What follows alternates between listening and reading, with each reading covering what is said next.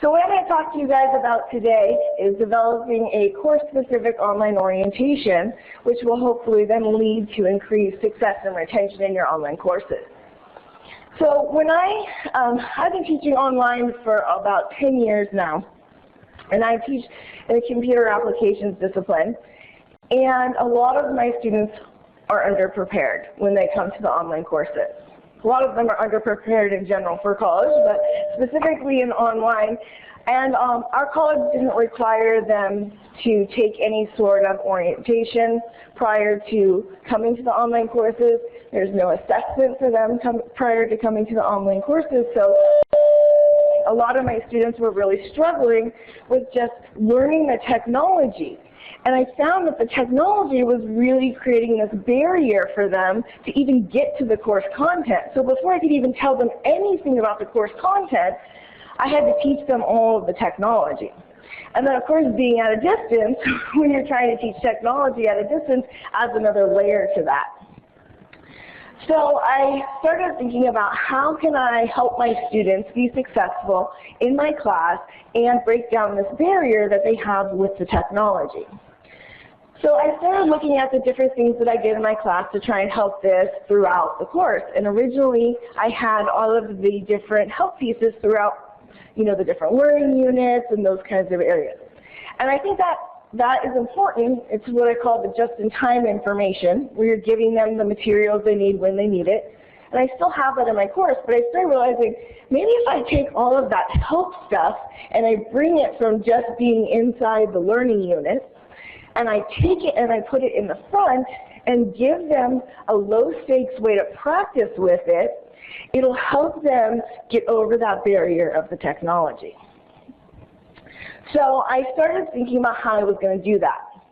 And at our school in our online courses, we require all of our students to check in at the beginning of the class before they can, and then if they don't check in, then they have the potential of getting dropped and then other students can be added to the class. Now, to accomplish that, most of the courses just require students to post in a discussion board, complete a introduction or things of that nature. I said, well, what if I require my students to get past the technology barrier as the check-in part, so that as soon as we hit the ground running, we can actually get into course content, right? So that's kind of the behind how this evolution of creating the course-specific orientation came about.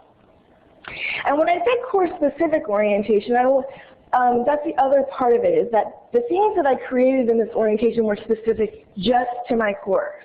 Now, the things that they were going to learn in that orientation could be applicable to other places, other courses, but these are the things that they were going to need to be successful specifically in my class. So what I'm going to show you guys today is how I structured this orientation and how you can do the same thing. And at the school that I was teaching at Mount St. Anselm College for this course, so they use Blackboard as their course management system. So the examples that you're going to see today are in Blackboard, but of course they apply across any course management system and even beyond your course management system. So if you're using other tools, say you're using, oh my gosh, there's 1,000 tools out there, VoiceThread, right? Or you're using a publisher's resource. Those are things that you would want to include in your orientation as well, because those, again, are part of that technology barrier. So we'll talk about that when we get in here a little bit deeper. So the first thing is, okay, well, now that I have an idea of what I want to do, how do I do it? How do I put it together in some way that makes sense? And how do I get that information to my students who already have a technology barrier, right? So what I did, and real quick, here's a lovely resource for you guys. You can bookmark this page. This is a website that's available all the time. You guys have access to it once you leave, and please feel free to share. It's Creative Commons licensed, so do what you got to do with it. There's a short URL to be able to share it. It's kind of hard to see here, but it's bit.ly/DCSOO, and those are all capitalized. And I know OO, is it an O, is it a 0? Bad choice on my part, sorry. But I was trying to be like, oh yeah, developing a course-specific online orientation, that's easy to remember. And I was like, O's and zeros, bad choice. But So you go ahead and bookmark that page. It'll take you right back here where you can get these resources. So what I'm going to do is first show you a basic overview of the structure that I'm going to be talking to you about today, and then I'm going to go into each section independently. Okay. And there is a PDF of this available that you can download and print very easily if you want to share it. So this is kind of the overall structure, and don't worry, you don't need to be able to read any of this because I'm going to tell it all to you. But you'll see here I have it kind of divided into different blocks. So the first block is the introduction area. And in that introduction area, it's going to be very important for you to explain why your students are doing this orientation. Tell them, listen, I know that sometimes people have problems with the technology and I want you to be successful in this class, so I'm giving you these resources and this opportunity to practice before it's going to impact your grade. Right? Because students are very, very obsessed with how it's going to impact their grades. Okay? And tell them what they're going to be doing in that orientation. Give them the objectives of the orientation. Now, these are the objectives outside of your course. These are just the objectives for the orientation. Tell them, by the end of this orientation, you'll be able to do this. You'll be able to use the discussion board tool. You'll be able to use the exam tool in Blackboard or Moodle or whatever your CMS is. The next part, the other thing you want to include in that section is anything that you want them to do before they get to your class, right? So again, at Mount St. College, they do a great orientation for online learners. It's a general orientation, right? But it's not required. But I tell my students, hey, you really should do this. You don't have to, but you really should do this. So I have a link to that there. Again, I'm going to show you guys some more specifics in a minute here. The next chunk under that where you see the little like play button, that is my introduction. Okay? And this is the stuff about the course that I want them to know before they get any farther. Okay? Read the syllabus. There's a direct link to the syllabus there. There's a link to the schedule. Here's everything you're going to have to do throughout the course. And I have a welcome video. And that welcome video that's there for them shows them everything about how to navigate through the course. Right? So I want them to be able to see how they're going to have to do things, and then I'm going to even explain it to them again. But I want to, again, make sure that I'm giving them as much information as possible so they're not trying to figure out, what do I have to do, where do I have to go, when do I have to do it. You know? And then this is kind of the meat and potatoes section, this big chunk in the middle here. And this is where you're going to actually put in your activities that are related to the tools and things that you do in your course. So if you're using, say, blogs, I use blogs in my class. You're going to give them a blog activity to practice getting comfortable using a blog tool. So in my class, it's an introduction blog. They have to create a trading card. All right, so there's a website on the internet where you can go and you put in a picture, you put in your stats, and then they all create trading cards, and then they have to trade their cards with their fellow students in the class. And so it's a kind of fun way to introduce yourself that goes beyond the general, like, oh, my name's so-and-so, and I have 3 kids, and I'm taking this class because it's part of my general ed, you know. So it just takes them a little bit beyond that. The cool thing, too, it gives a visual stimulation. They get to see something that represents each other. I don't make them they don't have to use their picture if they don't want to. They can use an avatar, but it's just something to connect them visually. So that's the practice assignment that they do with the blog. If they mess it up, it's not a big deal. They can go back in, post another blog post, do what they have to do, comment back and forth to try and figure out how the tool works. As long as they're in there participating, they get the couple little 5 points for the check-in. As long as they make an attempt, even if they didn't do it correctly, they get the points. Then I tell them, okay, you didn't do this exactly correctly, but here, go back and try again. You'll still get the point. And the next thing is, they have to take exams, right? Everybody does exams. So in Blackboard, there's a testing tool, and they're going to be using a testing tool. And so I tell them, okay, you have to take a test, but instead of just making it like a practice test, it's an actual syllabus test. So it reviews all of the policies and procedures of the course that are explained in the syllabus. If they haven't read the syllabus, they can't pass the test, right? And what I've done, even taken it one step further, is that I make sure that using adaptive release in Blackboard, that they actually have to pass that test with 100%, or they can't access the course activities, the course content, right? So again, I'm like, listen, I really want you to be successful. I want to make sure you've mastered this, and I want to make sure you have an understanding of the actual expectations of this course, and to do that, you have to get 100% on this test. I will get to your question in a second. And so then that's kind of the end piece of this. I also use the assignment tool, so I have them do an assignment. And what I have them do for the assignment is I have them go out and research the actual student services that are available to them on their campus, right? Because a lot of times our online students, they feel super isolated. They feel like they're in a little island by themselves, and they have no connection to the campus sometimes. And so, and a lot of times they don't understand the resources that are available to them as an online student and how they differ or don't differ from the on-ground resources. So I have a scavenger hunt for them that they go through the different campus resources online, find the different resources, and they just have to write a quick, like, two-sentence statement that says, which resource did you not know existed? Which ones do you think you might use? Would you use this? How would you use it? Just a couple questions like that. But again, it lets me know that they actually went out, looked at the resources, found them. Every time, every semester it blows my mind. I have students who tell me, I didn't know you could access the library online. How long have you been going to school here? And you didn't know you could access, and my class is not a library class. Again, I teach computer applications. Very rarely do they have to go to the library for my class.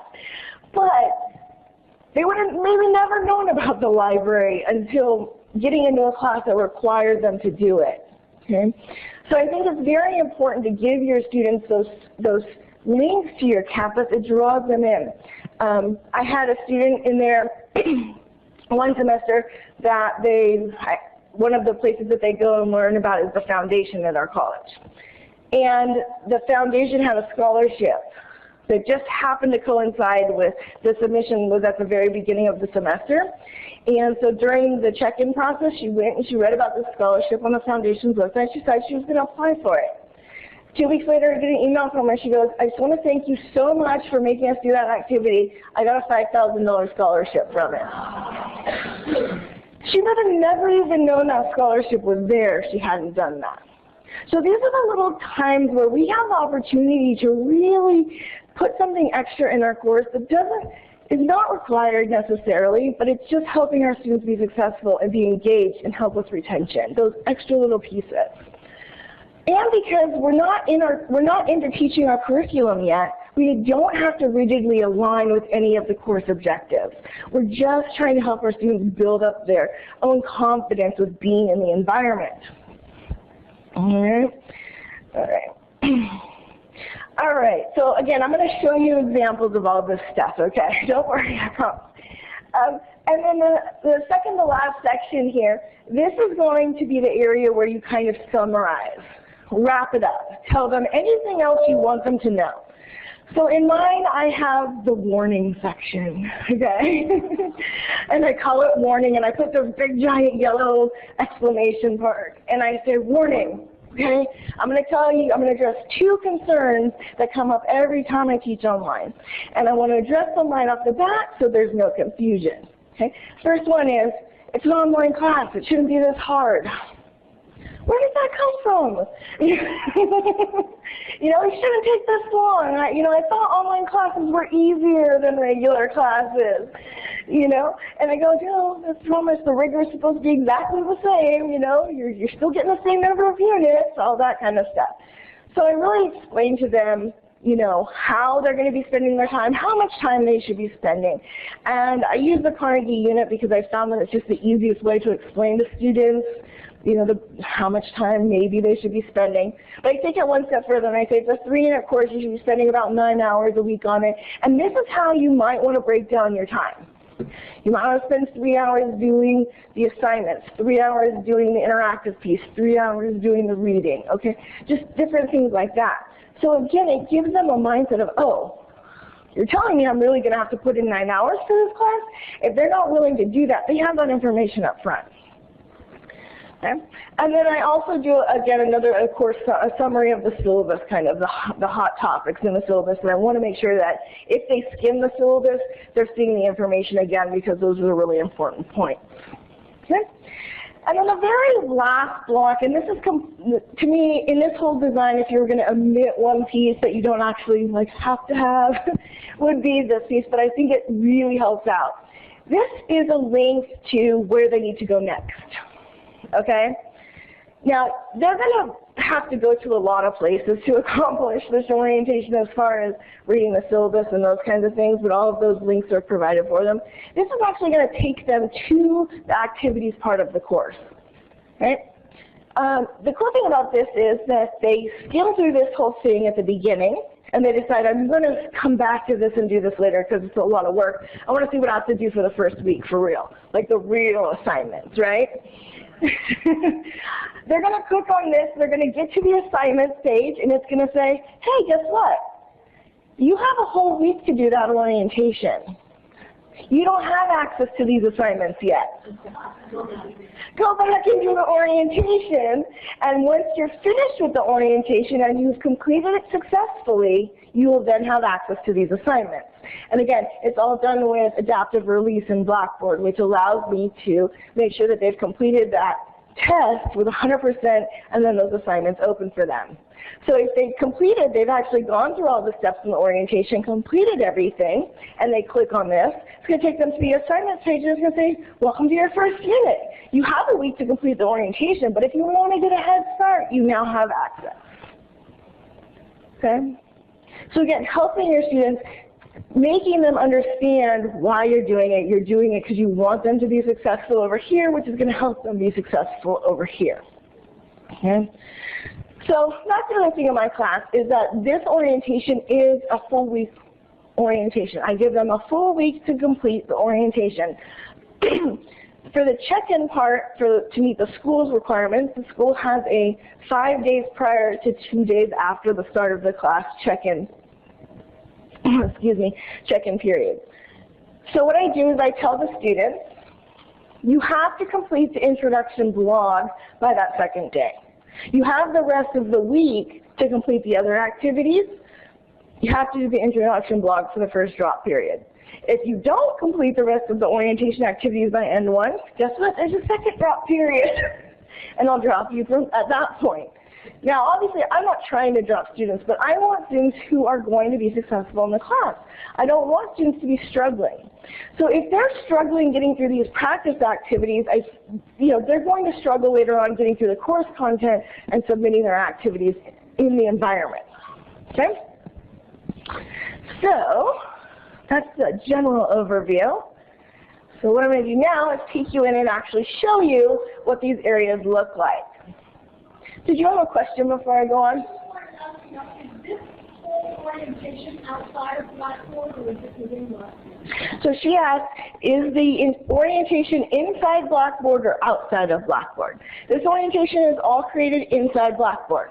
So when they log into the course, at the very beginning, there's an announcement that says, hey, welcome to the class. First thing you have to do, complete orientation. Click here to go to the orientation. On the navigation side in the course, there's a big button that says check in. And they click it and it opens the orientation. So again, they have, and they also get an email from me that says, hey, go to the course and complete the orientation. Okay? There are lots of ways to get to it, but it's all developed inside the course management system in place of the first unit. You pulled this all out Just for you. I pulled it all out of the course just for you to see, yes. Question here?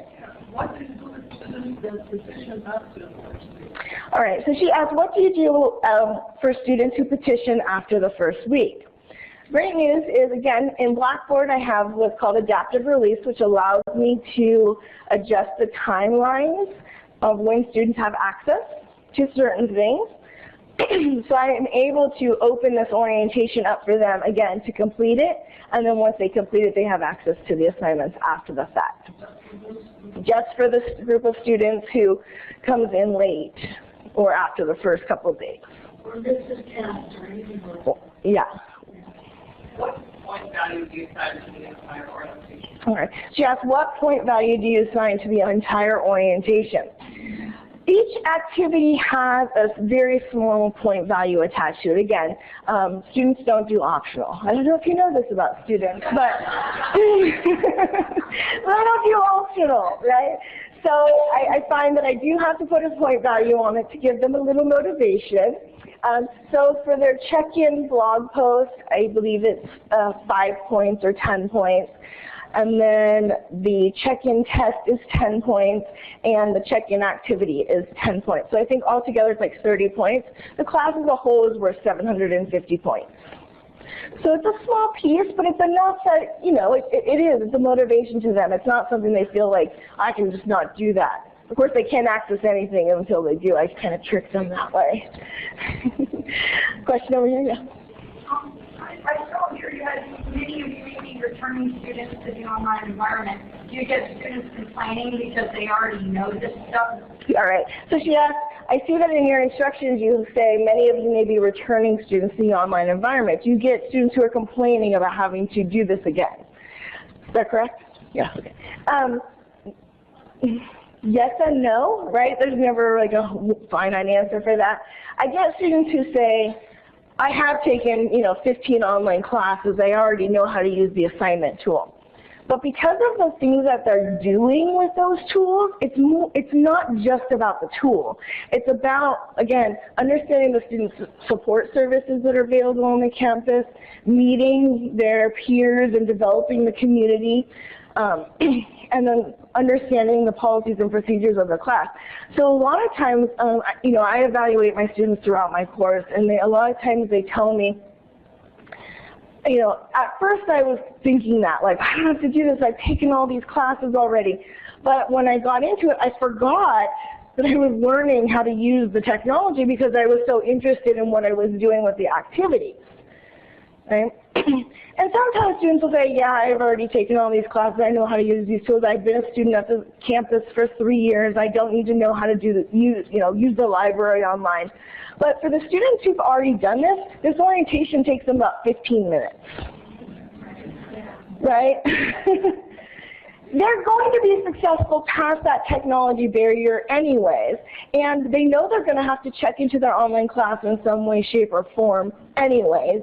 So most of them have kind of reconciled that independently. Any other questions before I move on? Okay. All right, so this is the very beginning part. Remember I told you this section about this is what you do before you even start the orientation, okay? And again, here I'm explaining to them that this is specific to this course. This is how the things in this course are going to operate. And here's the link to the orientation at MSJC that says, hey, it's not required, but it may be beneficial to you to complete this, especially if you're a first-time online student, right? And then it goes down and it says, in this course you have to submit all your assignments in Blackboard. I don't accept assignments via email. Again, starting out with the policies and procedures of the class, okay? Sheila asked, what if Blackboard's down?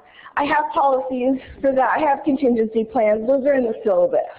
And so when they read the syllabus, they'll read contingency plans. But for the most part, if our Blackboard system goes down, I just extend the deadline for them. But so just again, reiterating things that they're going to read in the syllabus, but I want them to have just-in-time information, right? And then again, here's my objective. So the students know by the end of this orientation, this is what they're going to be able to do. Confidence builder. I know I'm going to be able to do this at the end of this orientation. I feel like I can't stress enough how having those unit objectives is so important, because it sets the tone for what's going to be happening. And it lets the students know that what they're doing isn't just busy work. There's a reason that they're doing it. They're going to be reaching these objectives by the end. And then I put in a big yellow box so nobody misses it, hey, important, don't forget, you have to complete this one 2 days before, or by 2 days after the class starting to get credit and not be dropped from the course. Okay, we have a lot of people trying to get in, all of our sections are impacted. You have to complete this to stay in the course. If you have questions and you still don't know what to do, ask for help. All right. So that's the very beginning introduction to the orientation. Now this is before you begin, before you get too deep into this, make sure you watch this, okay? And it says, download and review the syllabus and the schedule. Make sure you have those documents available. Those are your contract documents, all right? Review the faculty information. And these are, if you go to the website, you'll see these are actual links where you can go out and view my syllabus and schedule page, and there's examples there for you. Excuse me.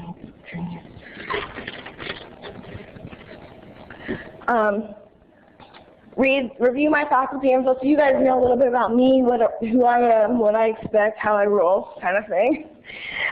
Review the books and resources page and make sure you have all the materials for the course. You're willing to invest what is required for this course. And then watch the introduction video. So I'm not going to play the video for you, although it's riveting. I know you guys all really want to watch it.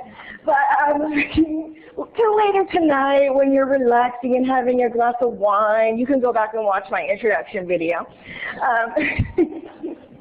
What I will do is show you just kind of a little screenshot here of the video. Off access. I don't want to get 20th. So you'll see I'm going through telling them, hey, don't forget you have to do this. Then it's an actual video of walking through the course and explaining to them, hey, if you click on this, this is what you're going to see. If you go here, this is what you're going to see. Don't forget you have to do this part first and then this part. It explains. If you click on the assignment link, you're not going to see anything yet because you have to do your orientation first. Okay? It's basically everything I'm going to tell them in the orientation in a video. Yeah. Michelle asked, what did I use to make the video? Excellent question. I use Screencast-O-Matic and YouTube, and I use PowerPoint with my screencasting. So if you guys saw the session with Donna Icestone, I believe it was yesterday, it was also recorded, so you guys can go back and check that out. She walked you through how to do all of the video creation and editing. @ONE also has a self-paced video course plug if you want to check that out on how to create videos. I know you asked this. What we're looking at is the content of your orientation. I get that. But this is not Blackboard. This is a Google page, Google site. So are you going to show us what it actually looks like in Blackboard? Sure. My first question. Yeah. My second question is, in Blackboard, right? Because the HTML and the links and the graphics are going to look different, right? And so if you're using for universe to put in Blackboard, all right, great. A learning module. All right, so great guys. This is obviously not Blackboard. This is a Google site. But this is literally, it looks exactly the same in my Blackboard site on a page. I created an item, and then I put in the content as an item. So for instance, like where you see here the stop sign video or stop sign image, that image is in my Blackboard and my words are next to it. And I can log into my Blackboard course and show it to you. You're just using the HTML editor. The regular text editor in Blackboard is what I use to create it. In Blackboard you can embed videos from YouTube, so all of my videos are on YouTube. And so I just add them from the YouTube mashup in Blackboard, and they go right in. If you're using another CMS, again, if you're using Moodle or Canvas, you should, you have options for embedding videos. Again, if you put your videos on YouTube, or if you use 3C Media Solutions and use their streaming service, you can access these videos very easily and embed them in almost every CMS at this point. But I can at the end definitely log into the CMS and show you. It looks exactly the same. I just wanted to make sure you guys could see it.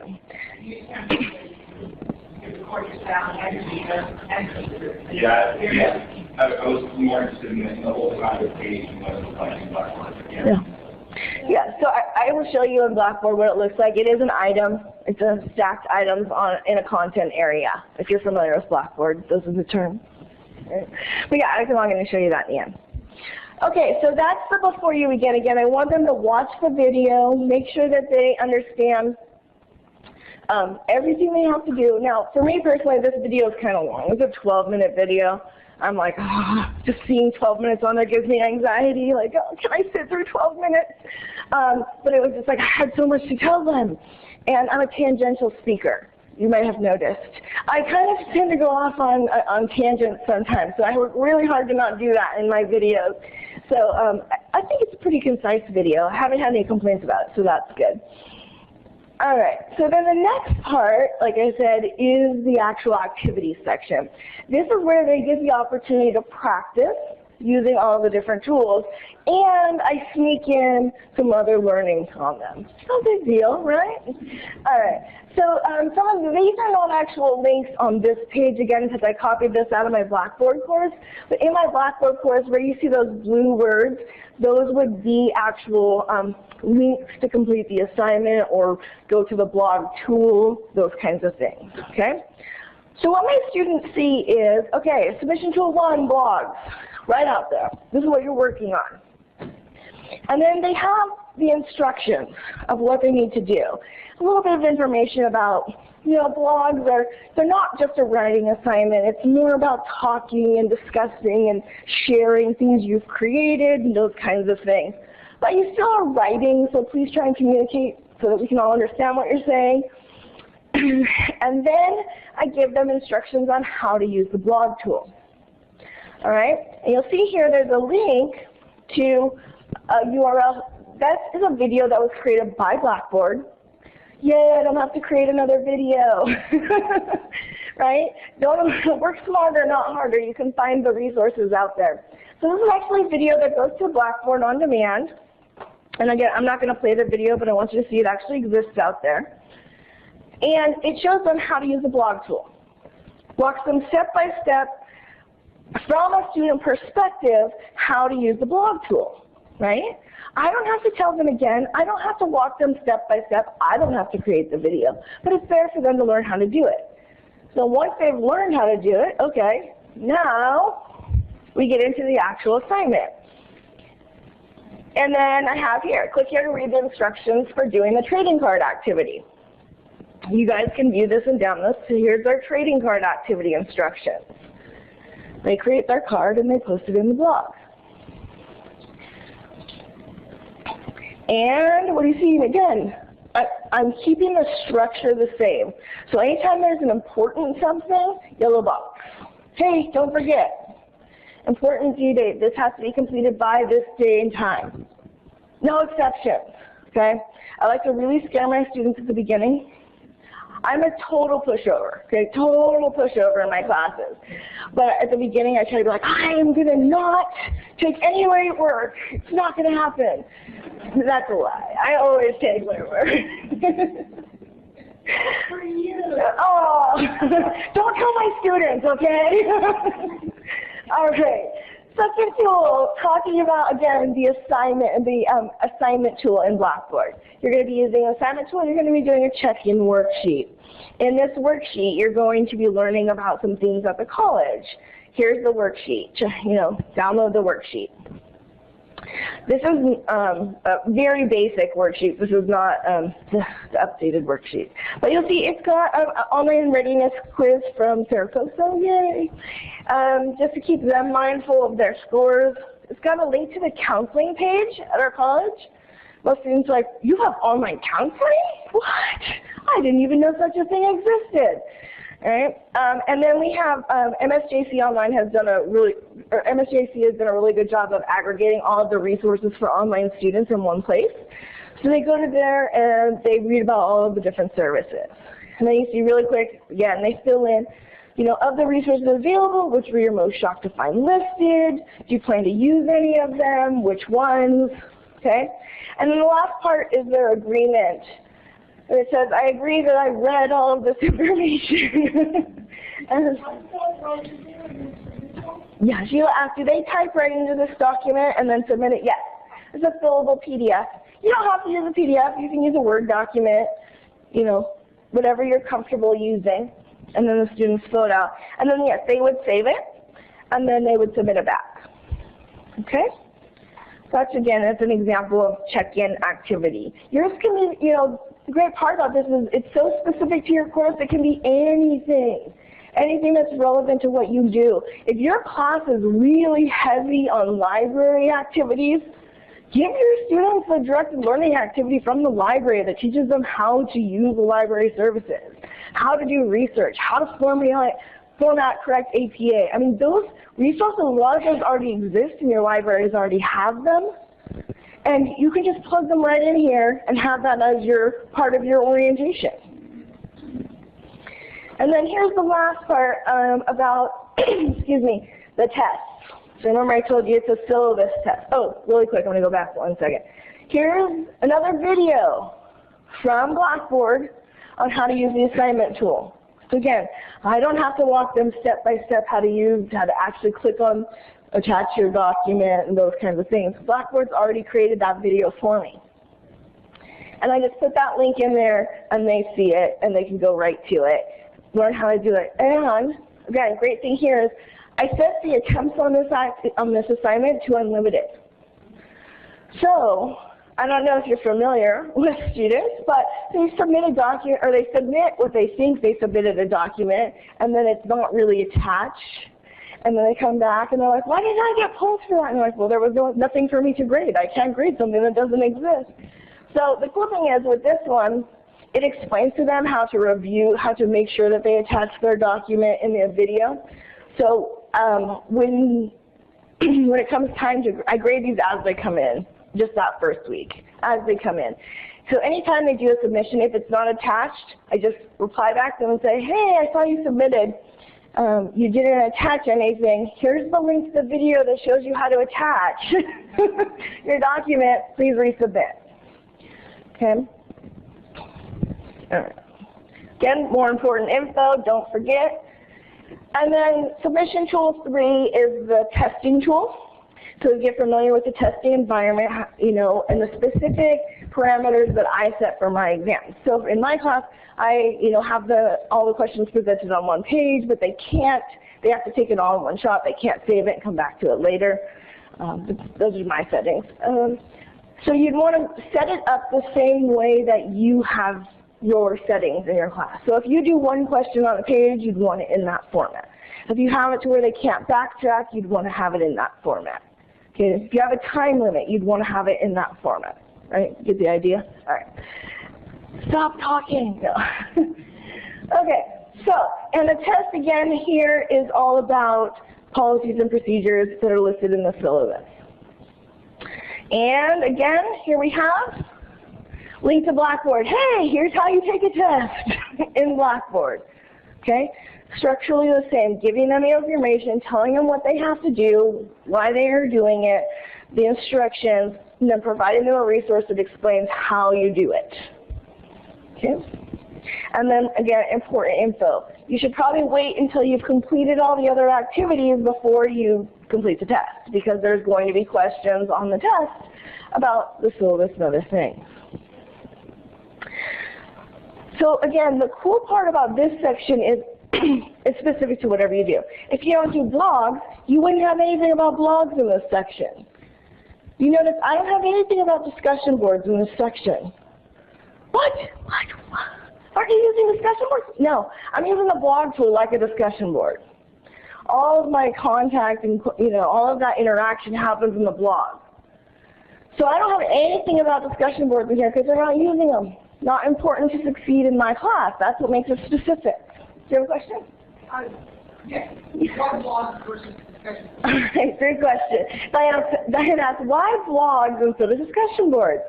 Again, I'm like a crazy person. I ask for a lot of feedback from my students. Sometimes I get too much, but I'm constantly asking them for feedback. So a while ago, I don't remember how long ago, a while ago, I switched from using discussion boards to blogs just to try it out because it was a new tool. I wanted to see how it worked, right? And so I tried it out just to see. And my students, when I asked them at the end, I said, hey, how'd you like the blog tool compared to the discussion tool? And they were like, we love it. It's amazing. I love the format of it. It's so much easier to follow. I like the way that the comments all show up. I like that I pick the person I want to read instead of having to sift through all of the layers. I like that I can see quickly who's commented or posted. They just like the format better. So I don't use it, I think, the way blogs are supposed to be used. I use it way more as like a discussion tool, but just a different format. Discussions can be graded, can also blogs. Yeah, the question is, discussions can be graded, can blogs? In Blackboard, yes, you grade blogs just like you grade discussion boards. The interface is almost identical. Yeah. Any other questions? Yeah. Or you can collect, so you can see what each student does individually. Did you have a blog? Yeah, the question is, you can collect what each student does individually with discussion boards. Can you do that with the blog? Yeah, it's actually even easier when you click on the person. In the blog interface, you see the list of the people on the right-hand side. As soon as you click on them, you see everything that comes up. It automatically collects for you. Yeah. All right. So moving on to the next part. This is again the important info part, right? My warning section. Warning. All right. Again, there's two things that I really, really feel like I have to address with my students. That first one being online courses are easier than regular courses. The myths, exactly. The myths that come out. You know, I just can't, I don't know where this came from, and you know, I've taken a lot of online courses. I've never had this feeling. So I just really want to address it. And again, I go a little bit beyond addressing just, this is a 3-unit class, you should be spending 9 hours. I want to give them an outline of how they may spend their 3 hours. Or the 9 hours over the week. 3 hours doing the reading or watching the resource materials. That's like similar to your lecture content, right? One second, I'll get you guys home. Next problem is 3 weeks completing the textbook case, or 3 weeks, geez, that'd be a long time, huh? 3 hours completing the textbook case problems, which is similar to traditional homework. Again, I'm trying to relate it back, make sure they understand what I'm saying. Because in online, I think students forget like everything is homework, so they feel like there's a lot more work in online. They're like, why is there so much homework? Yeah, well, everything's homework. You're doing the whole thing at home. Okay? But, so I tell them, like, hey, don't forget, this is the lecture part, similar to a lecture in a regular class. This is similar to your traditional homework in a regular class. So I'm trying to get them to associate. We'll see if it works, right? And then 3 hours completing the activities discussions. This is similar to your activities and discussions in your class. Again, relating back. And then at the bottom I tell them plus or minus hours, okay? As with any course, I'm not saying that this class is only going to take you 9 hours. I'm not saying, oh my gosh, this class is absolutely going to take you 9 hours. Wherever your skill level is going to add to that, reduce from that, okay? Just to be realistic. What was your question real quick before I move on? So this is all on that basic data for the 3.0. Yes, her question is, this is all in the short URL, the bit.ly dot. So we can copy and borrow. You can borrow any of this. Yes, please. It is all on the URL, and you can borrow as much of this as you like. Please. Yeah. So this is a 3-unit computer application? Yeah, Diane asked, this is a 3-unit computer applications course. Yes, this is actually a Microsoft Access course. I don't know how many people are familiar with Access. It's a database program. It can be very challenging. So I try to keep it as lively as possible for them. Yeah. The reason I ask is I'm not a curriculum committee. I teach online. I'm a science instructor, and only a few people in our department teach online. So I'm kind of like, you know, on the edge of the group here. But as a curriculum committee member, I know we have a lot of problems justifying to, you know, accreditation to everybody about these online courses. So I wonder about the online labs or, you know, computer applications type of course. It's a nice thing, a computer programming course. You were the lecture, and then all the other stuff. Right. You get units If the instructor didn't get loads, you know, so that's a big problem. Okay. I don't know how, I mean, I like what you have up there. That's Right. something that we need for our distance learning agenda on our course outline. Mm-hmm. So how did they handle that? Okay, so Diana asked, it's kind of long, but I'll sum it up. Correct me if I'm wrong. She asked, we have online like science courses or courses with labs, computer science courses with labs. How do you handle the labs in relation to your online courses, correct? Okay, I think a lot of schools do it a lot of different ways. I do personally, my course doesn't have a lab, but I do online office hours. I call them office hours. I'm an adjunct faculty, so office hours is not part of my contract, but I call them online office hours. And what it is, they let students come and I do screen sharing, and they ask questions and I share screen, and then they share their screen and we see what they're doing. Because I tell my students, I go, listen, I would love to be a mind reader, okay? That would make my life so much easier. But I have no idea what you're doing. I cannot duplicate. You're telling me you have this error, and I have no idea how you got there. So can you show me what you're doing on your computer to get me to what you're seeing, and then I can help troubleshoot that.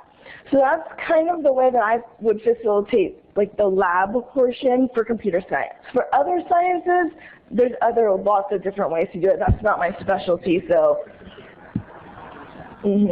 Let's talk after. I might have some other ideas for you.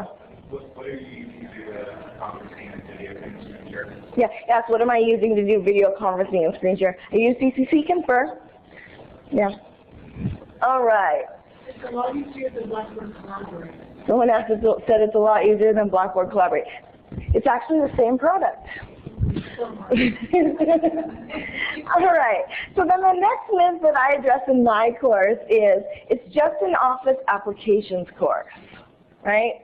So again, my students come in and they've taken Microsoft Word, maybe Excel, and they're like, oh, those classes are easy. Access, yeah, I'm going to jump in. It's just an application course. I'm like, database is a little bit different. So I just want to address some of that. And then I also tell them, this class is infused with a lot of technology and other tools. You're going to be doing things that you may not feel are specifically related to the objectives of the course. But the objectives of the course require you to be able to critically think, analyze, and create different things. And these other tools that you're going to be using are going to allow you to meet those objectives. So please keep an open mind throughout the course. I'll never ask you to buy anything. Everything you'll have to use is free. Don't panic. And then again, at the very end, I explained to them, I want everyone who continues in the course to be successful. This is my goal. I keep telling them that. Listen, I want you to be successful. I will do everything in my power to help you be successful. So please tell me what you need. Let me know if what's happening is not working for you, okay? All right, and then the last part is okay, I've done it all, I get it, what now? And I have this section, this is my summary section. This is because I really feel in the first week of classes, especially those first 2 days, students are overloaded with check-in and trying to navigate the variety of different courses they're taking. And because every course is structured differently and has a different way of doing things, and one teacher does this and another teacher does that, I know my students are overloaded and I want to be respectful of that. Again, I want them to be successful.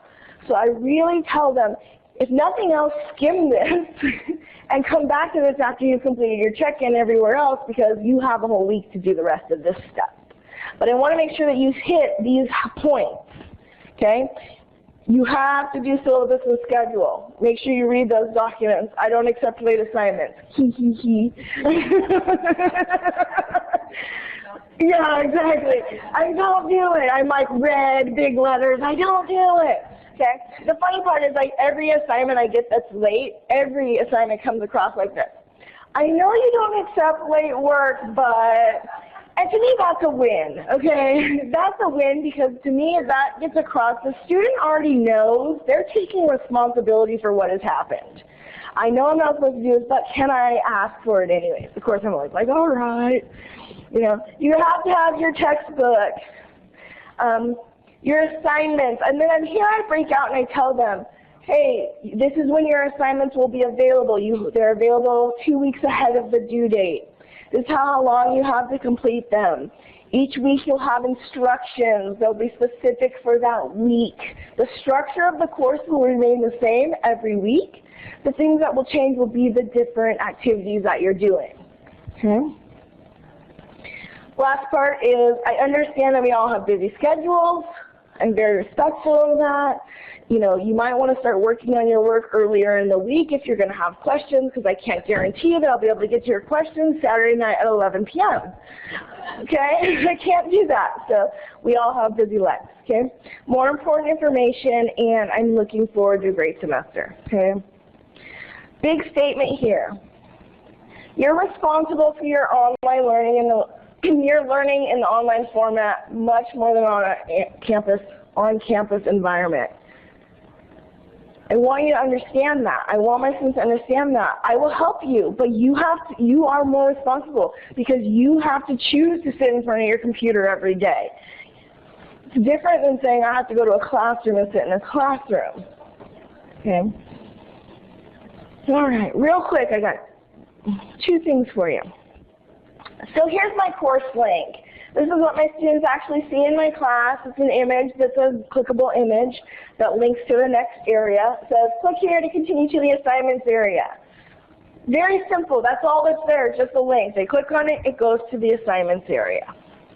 Okay? And then here's the adaptive release. This is just for you guys. My students don't see this, but this is for you, for a resource for you guys. If you want to use adaptive release in Blackboard, this is links for you, yay! Videos from Blackboard about how to do adaptive release. And what I did is I gave you guys some screenshots of my actual course to show you how I very specifically set it up in my course that follow along with the steps you'll learn in the adaptive release videos. Okay? And then this is what you'll see in your class on that first weeks of assignments. So you see here, this is what my folder in my class looks like. And it says enabled adaptive release. That's not how you know you've successfully completed the whole adaptive release process. Okay? So I'm not here to talk to you specifically about Blackboard tools or how you do that, but I wanted to give you that resource so if you want it, it's there. On the resources page, I have some quick information for you guys as well. Blackboard On Demand, this is where I got all the videos. They changed it to, I think it's called Blackboard Help now, but all the videos are still there, and this link will redirect you there. This one's specific to instructors, so for you to learn how to do anything, this one will get you to student and instructor help. This one takes you specifically to instructor help. Creative Commons information, again, everything that is here is Creative Commons license, so please feel free to use. But if you want to share it again, you can put your own Creative Commons license on it. If you don't know about Creative Commons, you can go there and check it out. Last one there is PicMonkey. I just want to share that with you. That's what I use to make all the images and graphics for my course. Okay? All right, so again, that's the kind of basic overview structure of setting up an orientation for your class. Like I said, I can definitely log into my class and show anybody who wants to stay for a minute really quick because there's another session. Oh, there's lunch after this, I think. So, real quick questions. Yes? Okay, questions actually. Number one, how long did it actually take you to create? All right, first question is, how long did it actually take you to create all of this, right? You're like, wow, it's so amazing. You know, what's funny is, like I said, I had a lot of this stuff already existing in other parts of my class, so a lot of the content creation didn't take me that long. It took me longer to come up with the structure of the way I wanted to sequence it more than anything else. So that's why after I invested all that time, I'm like, I really want to share this with people because I don't want other people to have to go through that time-intensive part of structure. I think if you didn't have any of that created, hopefully with the kind of template that I've provided you, I don't know, maybe not too long. I don't know. I don't want to put like an hour on it. But again, I hope that I've given this information to some other faculty at my college, and they said it took them a weekend to develop it. And then my second question is, you said that you get students the entire first week of the semester. I'm just wondering, I mean, 5 semesters on our 5 semesters, 16 weeks. Right. I really can't afford to give up an entire week. So it's funny. It's really an adequate amount. Right. So you ask, in your course you say this is an entire week. I can't give up a week in my class, and how do you do that? And the funny part is, when I talk to people, are like, oh, what are you presenting? Oh, this is what I'm presenting. And the first question I'm going to get is, I don't have a week to do this. Always, a question always comes up. I love it. It's a great question. I felt the same way. Okay, when I started, I'm like, I'm so deep in, Access is tough. Again, I can't stress. This is a tough program to teach, and to teach it online is very difficult. The concepts are difficult for people to grasp. What I realized, though, was the reason it was taking so long is because my students were struggling with the technology. They were struggling with the environment. They were trying to learn 2 things at one time, and one was outweighing the other. They're like, I can't even focus on doing my coursework because I'm so worried about how I'm going to do it. Am I going to get it on time? What do I have to do this week? Is it going to be different than what I did last week? You know, all those kinds of pieces. So when I did this, I initially had this they had to do it in like 3 days was the first part, and it was part of like the original check-in piece. But it was too fast because I really want them to spend the time engaging with the activities and practicing. To me, it's about the practice. So I go, you know what, I'm going to try this. I'm going to do this for the first week. And the first time I tried it was actually in a short-term class. So it was a 10-week class. Okay, so normally I teach it in 16 weeks. It was already 10 weeks, and I'm like, I'm going to take that first week and do it. What I did, I doubled up later on in the class, and I had 1 week that was kind of light, I felt, compared to the other weeks. I added that to one of my other weeks. I had the best success in that class compared to my other classes. And the more I've implemented this and the more I've developed it out, the more success I've had. My students don't even question that there's like a doubled up week. It's weird. And I think, again, it comes with having that continuity of structure throughout the course. They already know every week they're going to have to do these 3 things.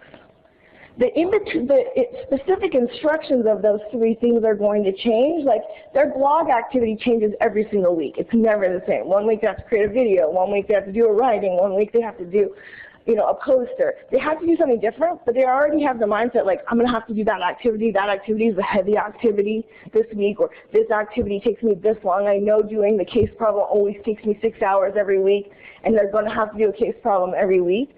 That continuity of structure and learning the technology up front, I have not had any problems. That's just me. Right over here. Because we do a similar thing in our school, and our courses are actually being to talk about Blackboard. And we run courses out of our this week. They're national courses copies over. And this is the first semester where we have an orientation very going on, where the students are just engaging with the LMS and with the requirements. And because it's agile and all these other things are going on, have the students do so much. It's really hard. And then what we found also, it was the instructors, they loved it. They're like, oh wow, I don't have to worry about catching my students up on the introductory sociology content because they just got off, somebody got off from the course and I just entered them in. And so for both instructors and students, I think it's something like this really leads to getting them set up enough so that by week 2 and 3, they're good to go. Right. And then making it course specific makes it even sort of another layer to it. And what we do find, one of the interesting things is that when the students are doing the portfolio reflections, they keep saying that the activities we were choosing were overwhelmingly from the activities in that first week, for their first reflection. But they said, wow, I never thought about this. I never thought about how to set idea. I never thought about the resources out there. Mhm. I thought about these things. Yeah. So something like this really, it's not taking away from your time, it's actually adding Mhm. that support Mhm. on. Mhm. So, So my for her presentation. thank you so much. I appreciate it. So I want to tell you, my time is officially up, but I will stay and answer a couple questions for you guys for a couple minutes. I know there's some more questions, but thank you so much for coming today.